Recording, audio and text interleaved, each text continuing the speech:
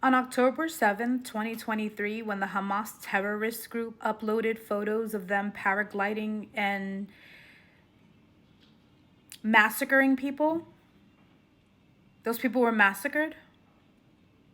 Civilians. They weren't part of any conspiracies. They were just, gathered at a party.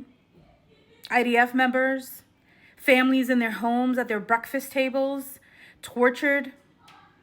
The mutilating and defiling of bodies that were unalived. I watched those videos. And I remember after I watched those videos, for weeks, I had to convince myself that happened, that I saw what I saw, because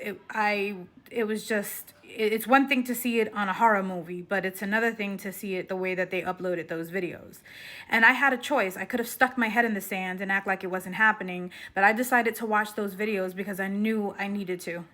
It was necessary for me to understand what we're up against when it comes to not battling against flesh and blood, what people are capable of doing when their influence is a worldly one.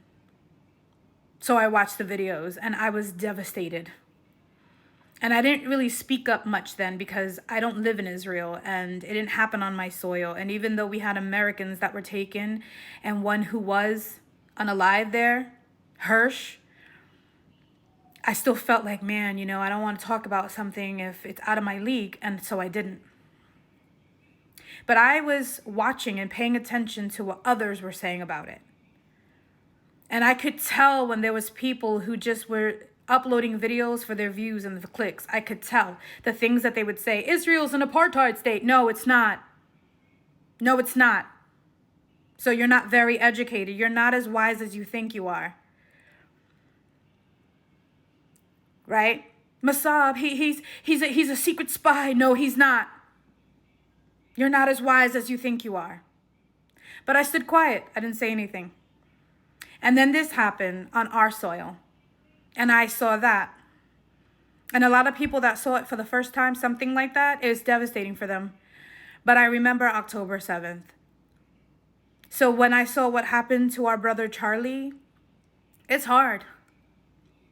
But I had already known what humans are capable of doing to other humans when they're under the influence of Satan. So now I feel like, okay, now I'm going to go ahead and speak. Because now I feel like this is the time. It wasn't in 2023. It wasn't in 2020. But in 2025, now is my time.